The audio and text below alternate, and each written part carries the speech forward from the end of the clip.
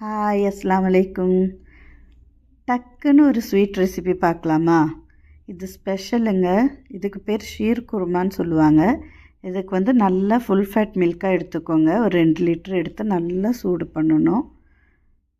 இது ரொம்ப எக்ஸ்பென்சிவான டிஷ்ஷுன்னு நினைக்க வேணாம். உங்கள்கிட்ட இருக்கிற நட்ஸை சேர்த்தா போதும். என்ன சீடு இருக்கோ, எந்த நட்ஸ் இருக்கோ எல்லாமே எடுத்துக்கோங்க. நான் கொஞ்சம் நிறைய செய்கிறதுனால 2 டப்பா இது எடுத்திருக்கேன். Condenser milk.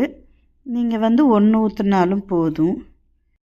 சில ரெசிபி நம்ம எவ்வளோ செஞ்சாலும் நம்ம அம்மா செஞ்சால் தான் நம்மளுக்கு பிடிக்கும் இல்லையா? அந்த மாதிரி ஒரு ரெசிபி தாங்க இது. எங்கள் அம்மா செஞ்சால் எனக்கு ரொம்ப பிடிக்கும். சூப்பராக இருக்கும்.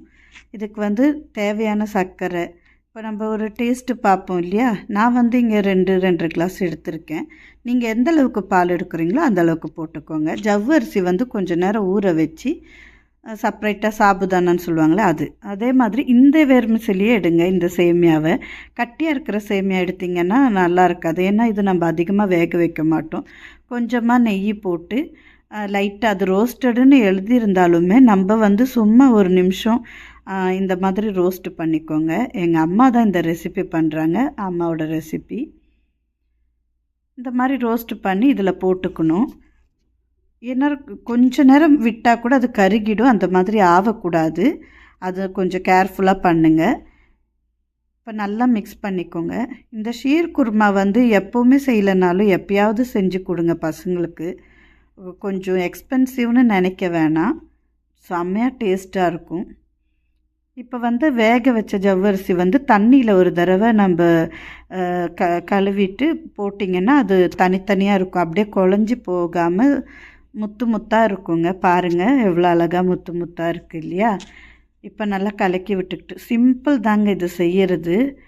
இப்போ லீவ் டைமு, ஏதாவது ஒரு விசேஷ நாளுங்களெல்லாம் பசங்களுக்கு இது செஞ்சு கொடுத்தீங்கன்னா நல்லாயிருக்கும். ட்ரை பண்ணுங்கள்.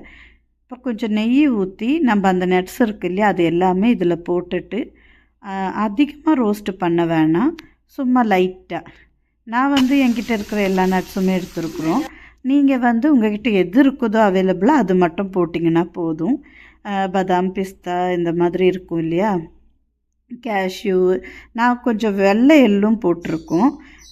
இந்த திராட்சை எல்லாமே உங்கள்கிட்ட எந்த நட்ஸ் இருக்கோ அது எல்லாமே சேர்த்துக்கோங்க. கொஞ்சம் வெள்ளை எள்ளு, அதுவுமே டேஸ்ட்டு நல்லாயிருக்கும் கடிக்கிறதுக்கு. அவ்வளோதாங்க. இதை கொஞ்சம் லைட்டாக ரோஸ்ட் பண்ணிங்கன்னா போதும்.